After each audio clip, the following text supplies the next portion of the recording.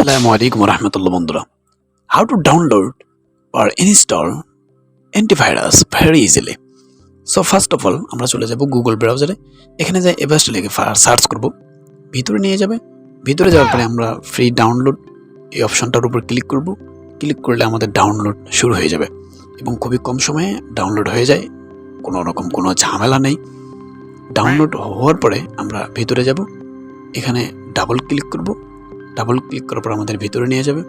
Next next next করে দিব। তারপর পরবর্তী প্রথম স্টেপটা শেষ, দ্বিতীয় স্টেপ। তারপরে যাওয়ার পরে আমরা স্ক্যান করব। এখন এগুলো অ্যাড, আমরা এগুলোকে কেটে দিচ্ছি। ভিতরে গেলাম।